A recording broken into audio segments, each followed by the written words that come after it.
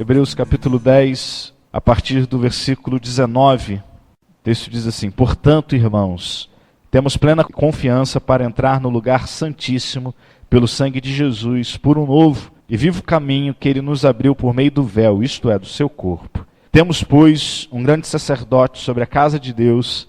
Sendo assim, aproximemo-nos de Deus com um coração sincero e com plena convicção de fé, tendo os corações aspergidos para nos purificar de uma consciência culpada, e tendo os nossos corpos lavados com água a esperança que professamos, pois aquele que prometeu é fiel. E consideremos uns aos outros para nos incentivarmos ao amor e às boas obras. Não deixemos de reunirmos como igreja, segundo o costume de alguns, mas procuremos encorajar-nos uns aos outros, ainda mais quando vocês veem que se aproxima o dia.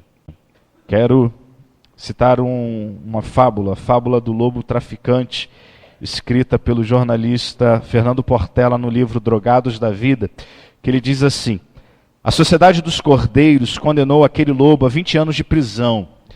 Era terrível o seu crime, tráfico de entorpecentes. Por sua causa, milhares de cordeirinhos destruíram suas vidas. O lobo era o inimigo público número 1. 20 anos depois, apesar desse e de outros lobos traficantes terem sido presos, a Sociedade dos Cordeiros estava mergulhada no vício. Era um problema de segurança nacional. Talvez por isso, um repórter resolveu entrevistar aquele lobo na saída da penitenciária. Estaria ele arrependido?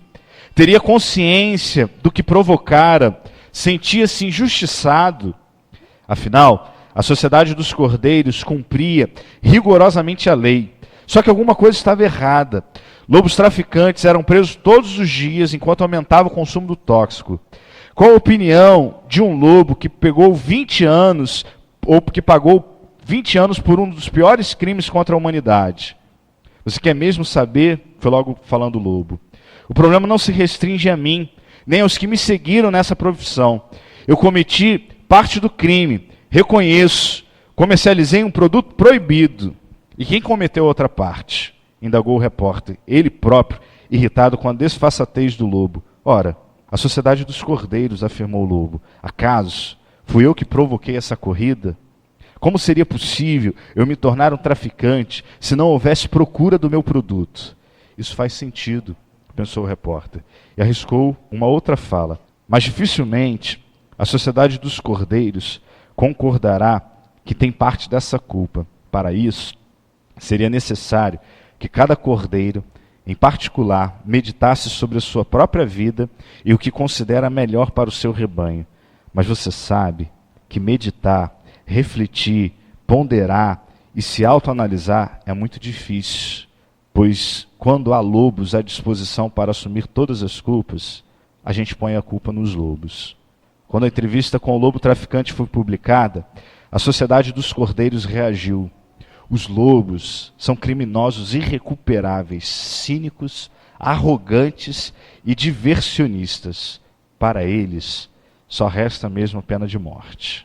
Quis começar lendo essa fábula, lendo essa ilustração, essa história do jornalista Fernando, porque a realidade de hoje não é muito diferente do que essa fábula.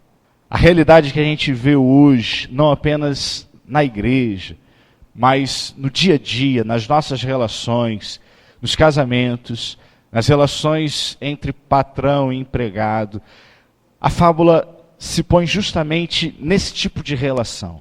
Até mesmo no relacionamento eclesiástico. Sabe, analisando o que eu já ouvi do movimento sem igreja, do movimento daqueles que hoje não fazem parte de nenhuma igreja, ou não querem fazer parte de nenhuma igreja, a fábula cai como uma luva, porque a fala desses que não querem compor mais um corpo de Cristo, a fala desses que não querem fazer parte mais desses que estão no corpo de Cristo, é uma fala de culpar o outro. A igreja de hoje não dá mais certo. A igreja de hoje não tem mais os mesmos princípios do passado. A igreja de hoje está diferente do que ela era anteriormente. A igreja de hoje não é mais o corpo de Cristo, mas é uma visão empresarial. A fala de hoje, daqueles que se denominam sem igrejas, é uma fala apenas de um olhar, como se alguém estivesse de fora do mundo, olhando sobre a igreja. E não só desses que estão fora da igreja, mas sempre quando a gente tende a criticar alguma coisa, o nosso olhar é um olhar de como se nós estivéssemos completamente longe do objeto analisado. É o sujeito que de repente quer se separar e ele transfere a sua frustração de um casamento mal sucedido para o outro. Você que não fez o que deveria ter sido feito, você que não cuidou da casa, você que não cuidou de mim, você que nunca saiu com a gente junto, comigo, com a sua filha ou com seu filho, você que nunca fez nada. Só que a gente precisa entender que essa ideia, como a sociedade dos cordeiros, relatada por essa fábula, de que é muito mais fácil culpar o outro do que a gente entrar no processo. É muito mais fácil a gente encontrar a falha do outro do que a gente talvez se autoanalisar.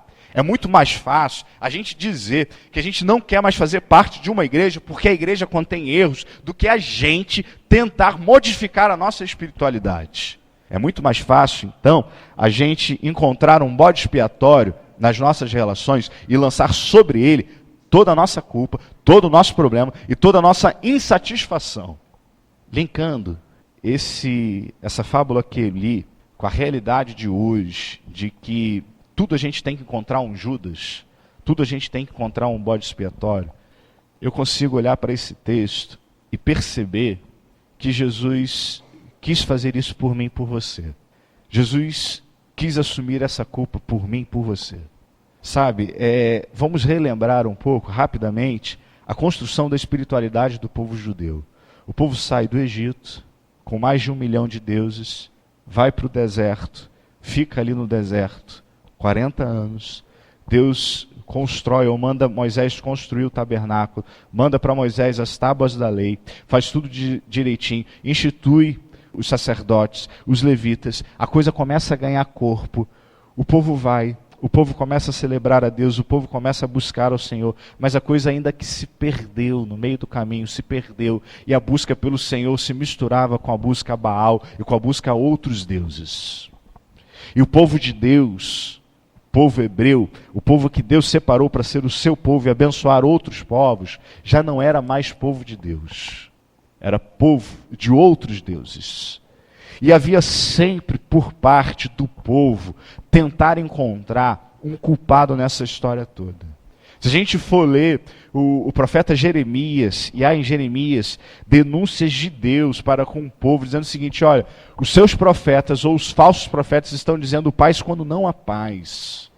Porque o povo sempre olhava para alguém, de repente para os profetas, de repente para os sacerdotes, de repente para os levitas, e dizia o seguinte, o problema da espiritualidade pervertida que a gente está vivendo, dos profetas. O problema da espiritualidade mal sucedida que a gente está vivendo hoje, é problema de Moisés, é problema de Miriam, é problema de Davi, é problema do outro. Só que o povo não se atentava que o povo escolheu adorar um bezerro de ouro. O povo não se atentava que o povo escolheu adorar Baal. O povo não se atentava que escolheu adorar outros deuses. Mas o que mais me impressiona não é a atitude do povo, não é a atitude dos falsos profetas, nem dos verdadeiros profetas, mas é a atitude de Cristo. Porque Cristo poderia, o Pai poderia, lá do céu, falar o seguinte, olha, eu criei o mundo, eu mandei a lei, eu mandei os profetas, eu mandei Moisés, eu mandei o culto, eu mandei tudo para esse povo. Mas esse povo não quis. A culpa agora é do povo. Só que Deus não faz isso. O Filho não faz isso. O texto diz para a gente que o Filho veio sobre nós e através do seu sangue, aí você pode acompanhar no versículo 19 e no versículo 20, que através do sangue do Filho, do sangue de Jesus, ele abriu e possibilitou um novo e vivo caminho. Ele abriu o véu do templo, que outrora era sagrado, inacessível, por causa do Filho, torna-se agora acessível a cada um de nós. O Filho poderia cruzar os braços e dizer o seguinte: o povo que quis escolher outros caminhos, o povo que escolheu o pecado, o povo que escolheu a maldade, o povo que escolheu o adultério, o povo que escolheu mentira, só que não há isso. Não há isso. Sabe, a gente acompanhou a entrevista do Filipão, depois que o Brasil tomou de 7-1, e assim, a raiva dos jornalistas esportivos, tinha raiva por causa do 7-1, mas a raiva era que a fala do Filipão era sempre o seguinte: olha, foram 6, 7 minutos de pane. Mentira! O time não jogou nada, nenhum jogo. Talvez o primeiro tempo contra a Colômbia. Era muito mais fácil, muito mais sincero, dizer o seguinte: ó, a gente não tem time, acabou. Foi um milagre a gente chegar até aqui, porque nem era para ter passado a primeira fase. Só que a gente sempre meio que tenta evitar de assumir a nossa responsabilidade na história. E a gente tenta encontrar desculpas que não nos colocam realmente na posição de construtores e de responsáveis das nossas escolhas. O time teve uma pane, é algo distante, é algo sazonal, não teve nada a ver com a minha direção. Não, eu errei, escalei mal, selecionei mal, o time não joga nada. E se jogar de novo contra a Alemanha, vai tomar de 7-1 de novo, se jogar no próximo mês, e por aí vai. Sabe, e a gente às vezes como Filipão, a gente às vezes como o povo de Israel, ou como a sociedade dos cordeiros, a gente sempre projeta a culpa para o outro. Cristo não fez isso. O que me impressiona é que Cristo poderia deixar o barco correr, Deus poderia deixar o barco correr. A gente continuaria vindo aqui no templo, a gente continuaria vindo aqui oferecendo sacrifícios e fazendo essa espiritualidade repetitiva dos judeus. Só que Jesus não escolheu isso, porque o texto diz que ele olha, ele vem, ele rasga o véu de cima a baixo, ele possibilita um novo e vivo caminho. Sabe, diferentemente da espiritualidade judaica, que era uma espiritualidade, eu não vou nem usar o termo tradicional, mas uma espiritualidade antiga e repetitiva, sem novidade de vida, Jesus vai produzir uma espiritualidade nova e com vida. Não é à toa que aí Paulo diz que nós devemos andar em Cristo em novidade de vida. Por que eu quis trazer essa reflexão nessa noite, nessa manhã, melhor dizendo, olhar esse texto, ler essa parábola, ler essa fábula? Porque a impressão que eu tenho, irmãos, é que às vezes a gente pensa em espiritualidade, pensa em ser igreja, como algo muito distante, como algo muito longe. E às vezes a gente tende a olhar para a nossa igreja, Igreja Batista em Maruípe, o corpo de Maruípe, e fazer análises sobre ela, ou sobre a forma como a gente está construindo a igreja, completamente distante. A igreja talvez não tenha conversão. A igreja, hoje o culto foi morno. A igreja não está indo para a rua. A igreja não tem uma EBD boa. A igreja não tem um momento de louvor bom. A igreja é isso, mas a gente não para e percebe que se o lobo foi preso porque estava traficando drogas, eu e você fomos os responsáveis por ele estar sendo preso também.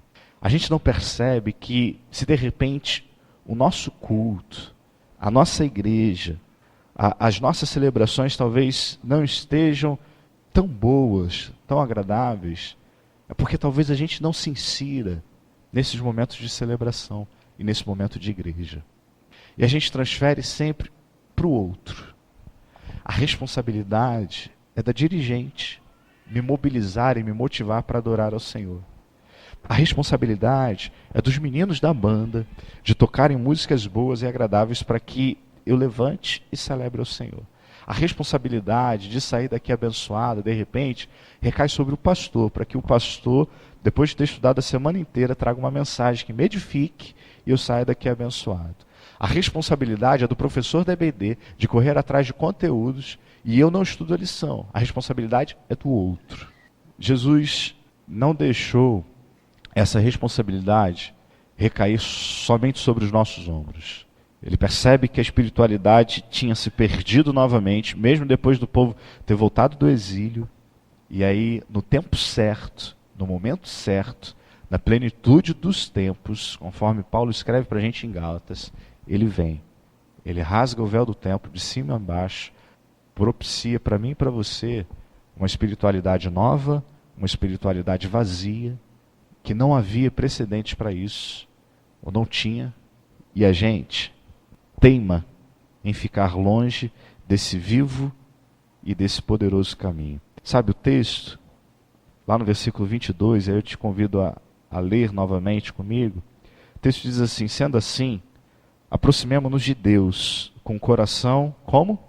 Sincero e com plena convicção de fé, tendo os corações aspergidos para nos purificar de uma consciência culpada e tendo os nossos corpos lavados com água pura. Apeguemo-nos com firmeza à esperança que professamos, pois aquele que prometeu é o quê? Fiel. E consideremos uns aos outros para nos incentivarmos ao amor e às boas obras. Não deixemos de reunirmos como igreja, segundo o costume de alguns, mas procuremos encorajar-nos uns aos outros, ainda mais quando vocês veem que se aproxima o dia.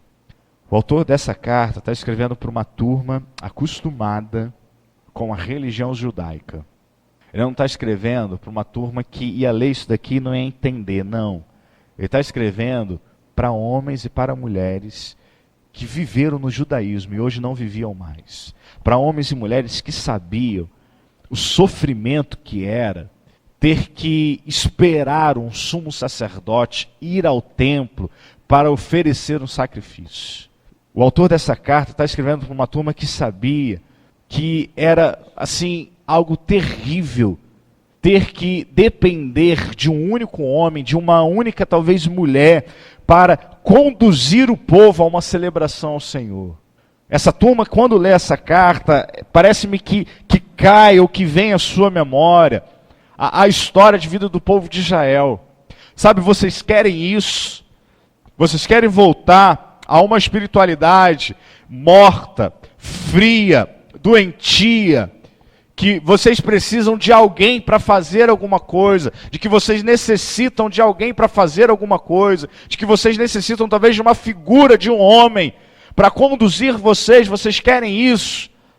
Mas no passado vocês quiseram isso e isso não deu certo. Aí vem o filho, morre por vocês, se sacrifica por vocês, cuida de vocês, toma sobre si as dores de vocês. O castigo que era de vocês, ele tomou sobre os seus ombros, trouxe a paz a cada um de vocês, e vocês insistem em viver uma vida sem vida e uma vida vazia. E o pior, encontrando culpados, quando na verdade o culpado são vocês. Por isso, o autor fala assim, olha, apeguemo-nos. Vocês têm que apegar com a firmeza, a esperança que vocês professam. Considerem vocês uns aos outros. Não deixem de se reunir, vocês, como igreja. Procurem encorajar vocês uns aos outros. É responsabilidade, filho. Pastor tem que estudar para preparar sermão? Tem. Ministério de louvor tem que ensaiar sexta ou sábado para chegar aqui, cantar músicas ensaiadas, tudo direitinho. Tem que fazer isso? Tem. Professor da EBD tem que estudar a lição antes em casa para poder ministrar um conteúdo melhor? Tem que fazer isso. Mas não lance sobre os ombros dos outros uma responsabilidade que é sua, de abrir o seu coração e de buscar ao Senhor. É responsabilidade sua chegar aqui na igreja e celebrar o nome do Deus vivo. É responsabilidade sua chegar em casa, pegar a sua Bíblia e ler a sua Bíblia e comer a sua Bíblia. É responsabilidade sua, no momento de celebração, você abrir o seu coração e para cantar músicas e adorar o nome do Senhor. É responsabilidade sua, no momento de oração, fechar os seus olhos e invocar o nome do Senhor. Ah, pastor, tem adolescente, tem jovem, tem às vezes adulto no meio do culto, acessando o celular, entrando no Facebook, mandando WhatsApp. Eu vou orientar, mas é responsabilidade sua buscar ao Senhor. Sabe, é responsabilidade sua entrar aqui na casa de Deus e decidir que a única coisa que você vai fazer de 10 horas até 11, 15 é buscar ao Senhor com toda a sua força. É responsabilidade sua de 19h30 hoje até 21 horas buscar ao Senhor. É responsabilidade sua amanhã, de tarde ou de noite, buscar ao Senhor. A responsabilidade de Deus ele já fez, que foi nos amar e enviar o seu Filho. A responsabilidade do Filho ele já fez, que foi vir ao mundo, rasgar o véu e possibilitar um novo e vivo caminho para mim e para você. A responsabilidade do Espírito Santo ele já fez, que era nos convencer do pecado, da justiça e do juízo e habitar em nós e nos selar como Espírito Santo da promessa.